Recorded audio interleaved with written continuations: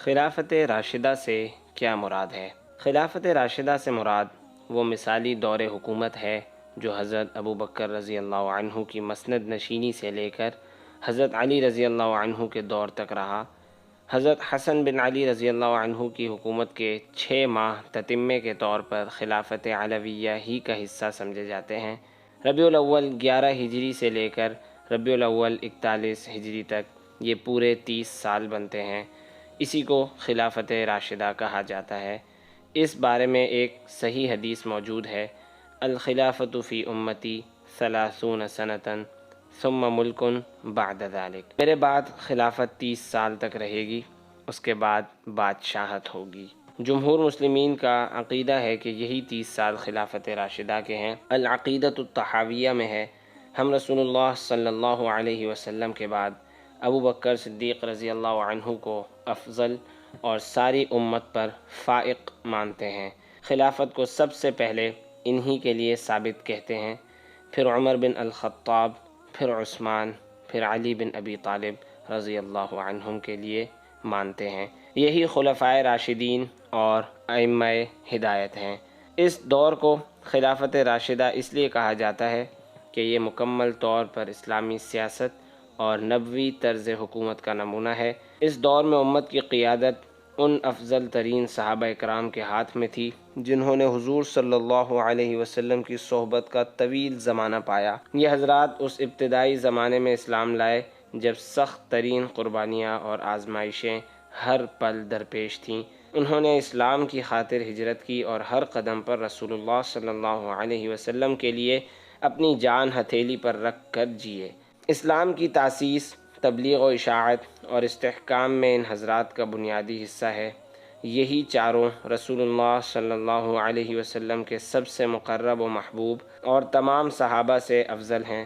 اسی لیے نطق رسالت سے ان کی پیروی کا تاکیدی حکم جاری ہوا۔ فرمان نبی ہے: میری سنت پر چلو اور خلفائے راشدین کی جو ہدایت یافتہ ہیں، اور ان کے طریقے کو دانتوں سے مضبوط پکڑ لو۔ یہی وجہ ہے کہ مسلمانوں کی تاریخ کے اس حصے کو بعد کے دور سے ممتاز رکھا جاتا ہے، اگرچہ بعد میں بھی عادل خلفاء اور نیک سلاطین آتے رہے ہیں۔ حضرت شاہ ولی اللہ محدث دہلوی رحمہ اللہ نے ازالۃ الخفا میں خلافت راشدہ کے بارے میں بڑی مفصل اور دقیق بحث کی ہے، جس کا خلاصہ راقم عام فہم الفاظ میں پیش کر رہا ہے۔ خلیفہ راشد میں خلافت کی عام شرطوں کے علاوہ ایک شرط یہ بھی ہے کہ اسے حضور اکرم صلی اللہ علیہ وسلم کے ساتھ خصائل اور افعال میں خاص مشابہت ہو، یعنی وہ نبی صلی اللہ علیہ وسلم کی صفات کا نمونہ اور عکس ہو۔ فقط بعض صفات میں مشابہ ہونا کافی نہیں، کیونکہ کچھ نہ کچھ مشابہت تو ہر مسلمان کو ہوتی ہے، مثلاً 5 وقتہ نماز پڑھنا، تلاوت قرآن کرنا۔ ایسی کامل مشابہت انہی حضرات کو حاصل ہو سکتی ہے جو امت کے اعلیٰ ترین طبقے سے ہوں، نہ کہ درمیانے یا ادنیٰ طبقے سے۔ نبی کا خلیفہ نبی یا رسول نہیں ہوتا، مگر نبی کی صفات کا نمونہ اور عکس ہوتا ہے۔ پس خلیفہ راشد وہ ہے جو عقلی اور عملی قوتوں میں پیغمبر کی عقلی اور عملی قوت کے مشابہ اور ہم رنگ ہو۔ جن مقاصد کے لیے پیغمبر کی بعثت ہوئی ہے، ان کی تکمیل اس خلیفہ کے ہاتھ پر ہو، یعنی نبی اور رسول جس کام کی بنیاد رکھ گئے، اللہ تعالیٰ اپنی خاص تائید کے ذریعے ان کاموں کو اس نبی کے خلیفہ خاص کے ہاتھ پر پورا فرما دیتے ہیں۔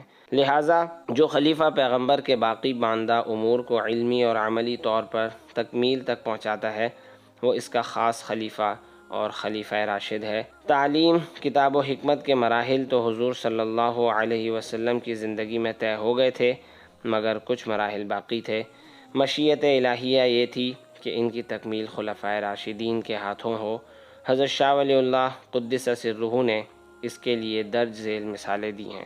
دور صدیقی میں قرآن مجید کا مصحف کی شکل میں جمع کیا جانا، احکام کی احادیث کی تحقیق و اشاعت، روایت حدیث میں حزم و احتیاط کی پابندی کرانا، بہت سے مختلف فقہی مسائل کو مشورے اور اتفاق رائے سے طے کر کے اجماع کی بنیاد رکھنا، غیر منصوص مسائل میں اجتہاد کا طریقہ جاری کرنا، ان فتوحات کی تکمیل جن کی بشارت لسانت نبوت سے دی گئی تھی۔ خلیفہ راشد کو پیغمبر سے وہی نسبت ہے جو اعضاء کو دل و دماغ سے، حکم دل و دماغ سے جاری ہوتا ہے اور اعضاء اسے بجا لاتے ہیں۔